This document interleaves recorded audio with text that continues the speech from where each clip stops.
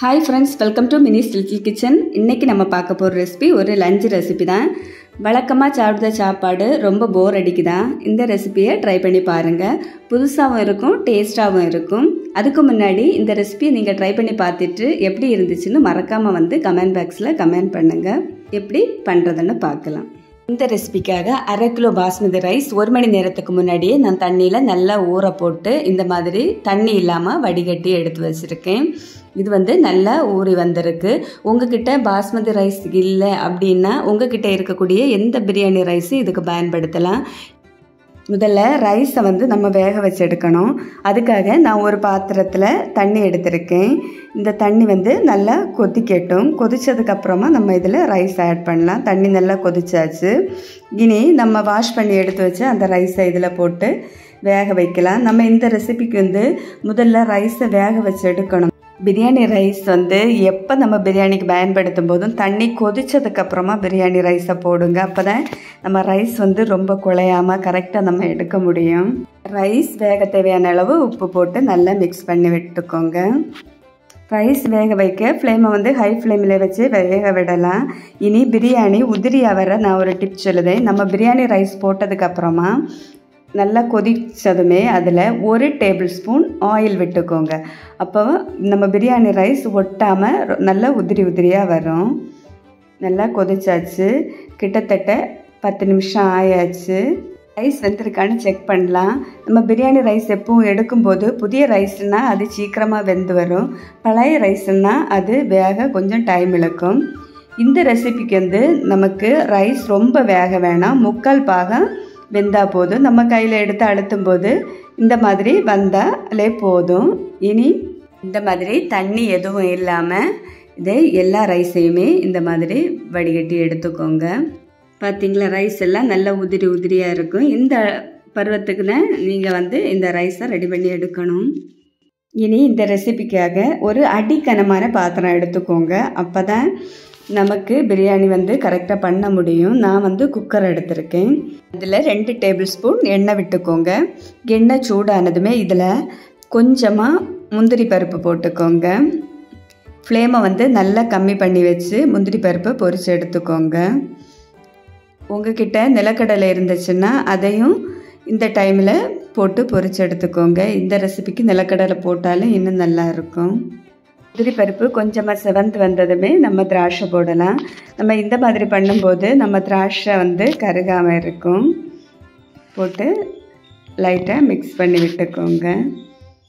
நம்ம திராட்சை முந்திரி பருப்பெல்லாம் நல்லா பொரிஞ்சு வந்தாச்சு.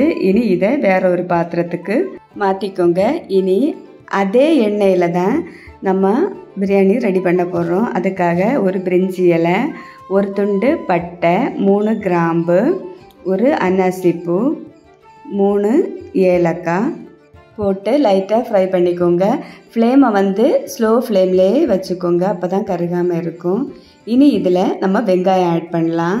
அதுக்காக நான் மீடியம் சைஸ் 2 பெரிய வெங்காயம் ஸ்லைஸாக கட் பண்ணி எடுத்திருக்கேன். அதையும் போட்டு வதக்கிக்கோங்க. கூடவே 2 பச்சை மிளகாய், வெங்காயம் வதங்கிறதுக்காக கொஞ்சமாக உப்பு சேர்த்து இந்த மாதிரி கலந்து விட்டுக்கோங்க. வெங்காயம் இந்த அளவு வதங்கினதுமே அதில் 1 டேபிள் ஸ்பூன் இஞ்சி பூண்டு க்ரஷ் பண்ணி எடுத்திருக்கேன். நம்ம எப்போவுமே பிரியாணிக்கு பயன்படுத்தும் போது இதே மாதிரி க்ரஷ் பண்ணி பயன்படுத்தினா வாசனை இன்னும் நல்லா இருக்கும். ஃப்ரெஷ்ஷாக நம்ம போடும்போது அதோட வாசனை நல்லாயிருக்கும். இந்த அளவுக்கு நம்ம இஞ்சி பூண்டு வெங்காயம் எல்லாம் வதங்கினா போதும். இனி இதில் தக்காளி ஆட் பண்ணலாம். இதுக்காக நமக்கு தக்காளி தான் அதிகமாக தேவைப்படும். நான் வந்து 1/4 கிலோ தக்காளி எடுத்திருக்கேன். 1/2 கிலோ ரைஸுக்கு 1/4 கிலோ தக்காளி வந்து எடுத்திருக்கேன். ரொம்ப பெரிய தக்காளியாக இருந்துச்சுன்னா 4 தக்காளி இதுக்கு ஆட் பண்ணலாம். போட்டு நல்லா வதக்கிக்கோங்க. நம்ம வெங்காயம் தக்காளி எல்லாம் நல்லா வதங்கி வரட்டும். வெங்காயம் தக்காளி எல்லாம் நல்லா வதங்கி ஆயிலெல்லாம் வெளியே வர தொடங்கினதுமே இதில் நம்ம மசாலா ஆட் பண்ணலாம். ஆயிலெல்லாம் வெளியே வர தொடங்கியாச்சு. இனி இதில் நம்ம மசாலா ஆட் பண்ணலாம். அதுக்காக 1/2 டீஸ்பூன் மஞ்சள் தூள், 1 டீஸ்பூன் காஷ்மீரி சில்லி நான் பயன்படுத்தியிருக்கேன். நீங்கள் உங்கள் காரத்துக்கு போட்டுக்கோங்க. கூடவே பிரியாணி மசாலா இருந்துச்சுன்னா அதுவும் 1 டீஸ்பூன் போட்டுக்கோங்க. போட்டு மசாலாவோட பச்சை வாசனை மாறும் வரைக்கும் இந்த மாதிரி வதக்கிக்கோங்க. மசாலா எல்லாம் நல்லா வதங்கி வந்தாச்சு. நம்ம இதில் வந்து அதிகமாக மசாலா சேர்க்க போகிறதில்ல. இவ்வளோ வந்து நம்ம போடக்கூடிய மசாலா. இனி இதில் கொஞ்சமாக உப்பு போட்டுக்கோங்க. நம்ம ஏற்கனவே சாதத்தில் உப்பு போட்டிருக்கோம். அதனால கிரேவிக்கு தேவையான அளவு மட்டும் உப்பு போட்டுக்கோங்க. நமக்கு கிரேவி ரெடி ஆகிடுச்சு. எப்படி கண்டுபிடிக்கிறதுன்னா, ஆயிலெல்லாம் விட்டு வெளியே வர தொடங்கியாச்சு. இது கரெக்டான டைமு. இனி இதில் நம்ம வேக வச்சு எடுத்து வச்சு அந்த ரைஸை போட்டுக்கோங்க. ரைஸ் பார்த்தீங்களா எவ்வளோ உதிரி உதிரியாக இருக்குன்னு. இந்த மாதிரி நம்ம கரெக்டான பருவத்தில் ரைஸ் வேக வச்சு எடுத்தால் மட்டும்தான் இது வந்து நல்ல டேஸ்ட்டாக இருக்கும். இனி ஒரு ஸ்பூன் பட்டு ரொம்ப மெதுவாக அதை கலந்து விட்டுக்கோங்க. ரொம்ப அழுத்தம் கொடுத்து ரைஸை வந்து உடைச்சி விடாமல் மெதுவாக மிக்ஸ் பண்ணி விட்டுக்கோங்க. இந்த மாதிரி நல்லா கலந்து விட்டுக்கோங்க. பார்த்தீங்களா, நான் வந்து ரைஸ் எதுவுமே உடையாமல் இந்த மாதிரி மிக்ஸ் பண்ணி விட்டால் போதும். நான் வீடியோக்காக இதை வேற ஒரு பாத்திரத்துக்கு மாற்றிக்க போகிறேன். மாற்றியாச்சு. இனி வாசனைக்காக இதில் ஒரு கைப்பிடி மல்லித்தழை மேலே போட்டுக்கோங்க. கூடவே கொஞ்சமாக புதினா இலையும் போட்டுக்கோங்க. ரம்ப இலை இருந்துச்சுன்னா ரம்ப இலையும் போட்டுக்கோங்க. மேலே 1 டேபிள் ஸ்பூன் நெய் போட்டு இந்த மாதிரி ஸ்ப்ரெட் பண்ணி விட்டுக்கோங்க. விட்டு ஃப்ளேமை நல்லா கம்மி பண்ணி வச்சுக்கோங்க. ஒரு மூடி போட்டு 2 நிமிஷத்துக்கு ஸ்லோ ஃப்ளேம்லேயே இருக்கட்டும். கிட்டத்தட்ட 2 நிமிஷம் ஆயாச்சு. திறந்து பார்க்கலாம். பார்த்திங்களா, நெய்யெல்லாம் ரைஸுக்குள்ளாடி நல்லா இறங்கியாச்சு. இனி இதில் நம்ம பொரிச்சு எடுத்து வச்சு அந்த முந்திரி பருப்பு, கிஸ்மிஸ் பழம் எல்லாம் போட்டு மூடி வைக்காதீங்க. நம்ம மூடி வைக்கும்போது இந்த முந்திரி பருப்பெல்லாம் தணுத்து போகும். இதே இந்த மாதிரி நம்ம திறந்து வைக்கும்போது முந்திரி பருப்பு நம்ம இந்த ரைஸ் சாப்பிடும்போது கடிபடும்போது இன்னும் டேஸ்ட்டு நல்லாயிருக்கும். இனி ஃப்ளேமை வந்து ஆஃப் பண்ணிக்கோங்க. நமக்கு சுவையான டொமேட்டோ ரைஸ் வந்து ரெடி ஆகிடுச்சு. நீங்களும் இந்த ரெசிபியை கண்டிப்பாக ட்ரை பண்ணி பாருங்கள்.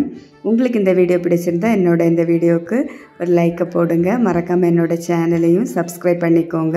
நான் ஏற்கனவே என்னோடய சேனலுக்குள்ளே ஒரு சிம்பிளான பிரியாணி ரெசிபி போட்டிருக்கேன், வெஜிடபிள் பிரியாணி. நீங்கள் பார்க்காதவங்க போய் பாருங்கள். நான் லிங்கை வந்து டிஸ்கிரிப்ஷன் பாக்ஸில் கொடுக்கேன். மறக்காமல் போய் செக் பண்ணி பாருங்கள். ரைஸ் எல்லாம் எப்படி வந்திருக்குன்னு பார்க்கலாம். பார்த்தீங்களா எவ்வளோ உதிரி உதிரியாக வந்திருக்குன்னு. இது கூட நம்ம ஒரு தயிர் சலாடும் வச்சு பப்படம் வச்சு சாப்பிட்டா டேஸ்ட் நல்லாயிருக்கும். வேறு எந்த கிரேவியும் நமக்கு இதுக்கு தேவைப்படாது. நீங்களும் மறக்காமல் இந்த ரெசிபியை ட்ரை பண்ணி பாருங்கள். தேங்க்யூ ஃபார் வாட்சிங்.